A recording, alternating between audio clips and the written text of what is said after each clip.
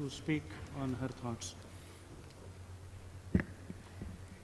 Before I begin, could I ask them to just turn down the lights a little bit up front so I'm not blinded? Anyway, I want to thank GIPC for this opportunity to speak on behalf of both the U.S. Patent and Trademark Office and also the U.S. Embassy in New Delhi. As I was introduced before, I am the first Secretary for Intellectual Property. I'm based at the U.S. Embassy in New Delhi. Before taking this position, I was actually in private practice, handling life sciences and biotech clients, and now I'm more in a policy-oriented role and maintaining the bilateral relationship with the governments in South Asia on IP issues. Now, of course, in the region, India tends to be the most significant country, and it has been the most active country. But I really wanted to focus my remarks today on my agency's priorities when it comes to IP strategies and perspective. Much of my presentation or my remarks are focused on policy and the role that governments play in creating an enabling environment so that companies who make the investments in developing IP can realize a return on that IP, i.e. monetize that intellectual property, and derive an economic benefit. And the U.S. Historically has been very active on IP policy issues, both domestically and internationally. In general, the agency has been focused on four key objectives. First, to encourage innovation and job creation. Two, to improve our patent system, both in terms of quality and to reduce our operational backlogs. We want to provide greater clarity around patent rights generally.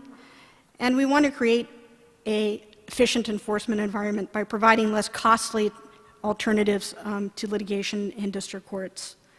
Now, many of these issues have been addressed domestically through the recent American Invents Act, which was the most significant patent reform legislation in over 60 years. But we're also focused on many of these issues in our international and multilateral dialogues.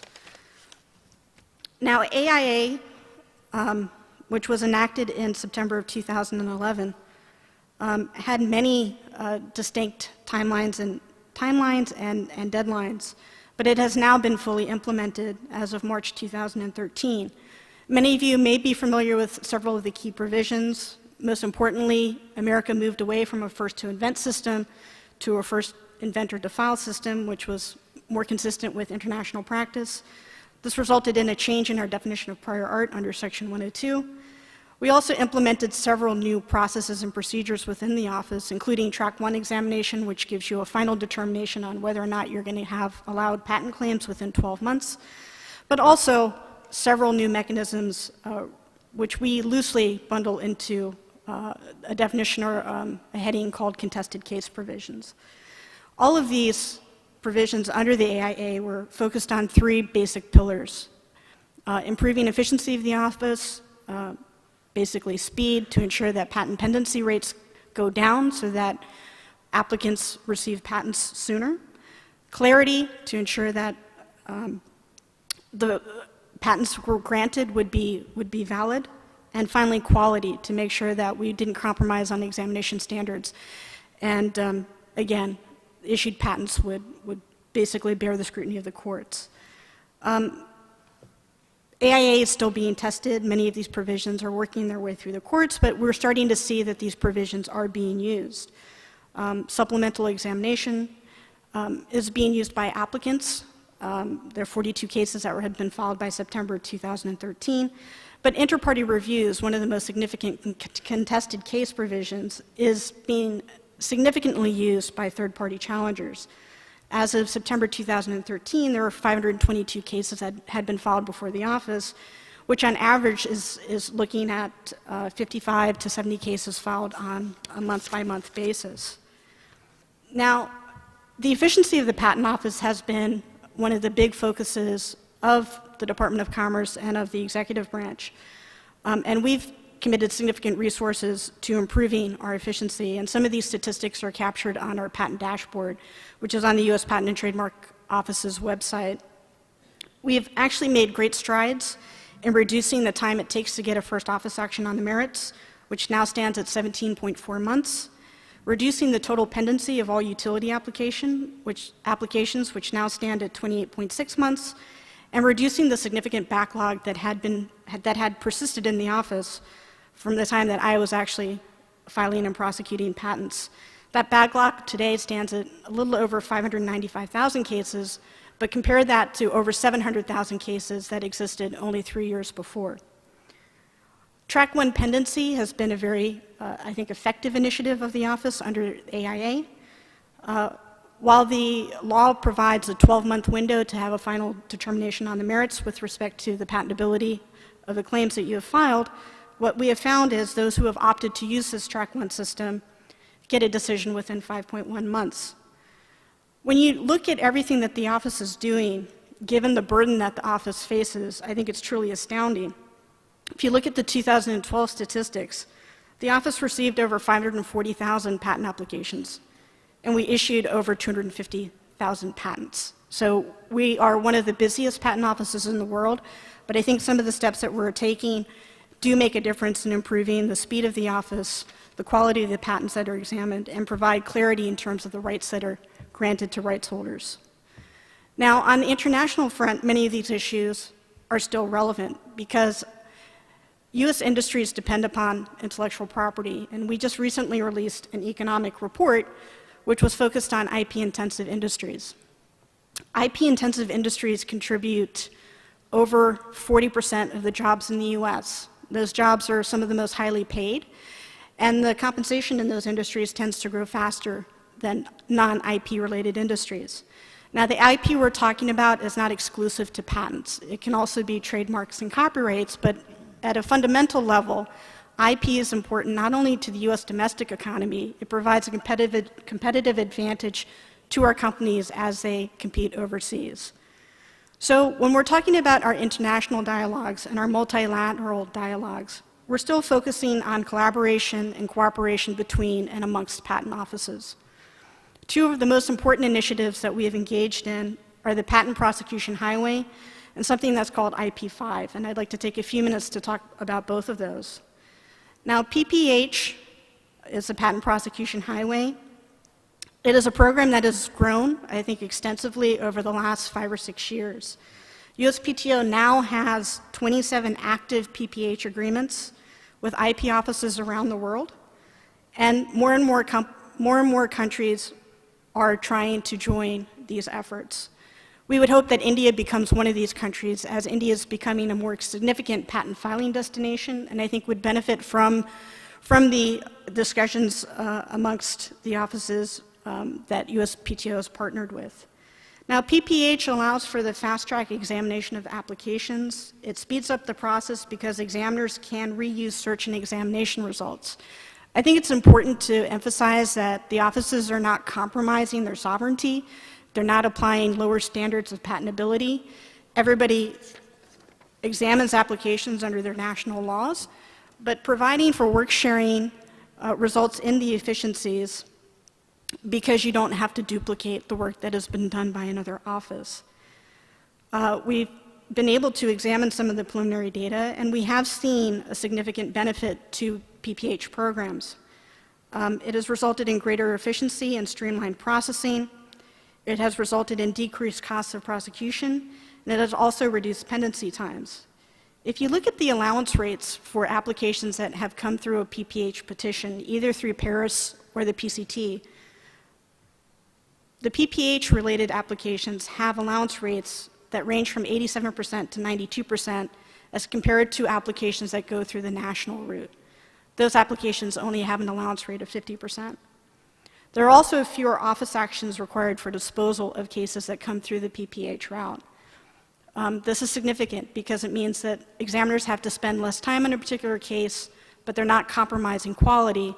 And the end result is it takes a shorter amount of time for a patent to issue, which again provides significant benefits to businesses as they're looking to leverage their IP and monetize their IP assets. USPTO has set a very aggressive goal for PPH petitions for 2013. We had hoped to have 24,000 applications pending, and I think we were very close to hitting that figure. We won't really know until the final data is collated, but we are moving ahead with our PPH initiatives. This January, we're launching a new global PPH or plurilateral PPH initiative. And the goal is to apply global principles and align the program requirements amongst all 27 offices that participate in these PPH programs. We also want to transition from bilateral agreements where it's just one office working with another into a more global or multilateral system. The other initiative that has been a significant focus of the office is our IP5 work sharing and work plan. IP5 stands for the 5 major patent offices in the global sense: USPTO, Korea, China, Japan, and the EPO. These offices are relevant because it's often the offices where people either file their first case or file a corresponding application that claims priority to the initial filing. IP5 has done many things, I think, which have resulted in improving the patent system globally. And I just want to touch on a couple of those. I think the most relevant ones would be the Cooperative Patent Classification System, which is a joint project between USPTO and EPO. Obviously, there is sharing of best practices, but at the end result is you have a more harmonized patent classification system, which results in more efficient searching, not only for examiners, but for users of the search databases. The IP5 is also collaborated on examiner workshops, again, to facilitate exchange of best practices amongst patent examiners around the world. We do it under IP5. We also do it on a bilateral basis with numerous countries around the world, including India. We also have focused on developing a common application format. This actually started under the tripartite effort. This was JPO, EPO, and the US, but this has expanded to a project that is being covered under IP5. This is a common application format which sort of simplifies what is required to be submitted in an application and how the application actually looks. The benefit to the applicant is they just have to use one format and they can file that same application in multiple offices. This is obviously a benefit to companies that are going to be filing applications throughout the world. It reduces time and it does save money. And finally, the Global Dossier, and I think this is probably the most exciting initiative and the most challenging. The Global Dossier is basically designed to be a secure one-stop shop or platform to access information related to a patent or a patent family. It can be used to facilitate cross-filings and eliminate the need to file duplicate documents amongst multiple offices. This could be priority documents, it could be perhaps oath or declarations, it could be assignments, but it also could be perhaps prior art. The cost savings with that alone could be significant, and as one of my colleagues noticed, Section 8 under India is under great debate because of the burden that it places on the applicants.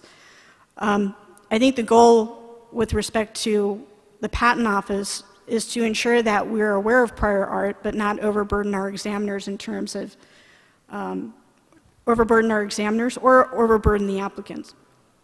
And finally, we're looking at achieving cost savings both to the applicants and to the offices through machine translation to deal with or to reduce the cost that the applicants currently bear when it comes to having applications translated into the relevant languages.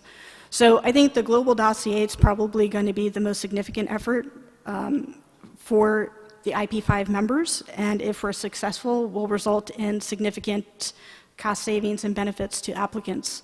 Again, we would hope that India, as it becomes a bigger player, I think, in the patent field, will participate in some of these global and international initiatives, because I think ultimately it will benefit not only the Indian applicants and filers, but also the multinational companies who choose to file and invest in India itself. So with that, I will conclude my remarks. Thank you.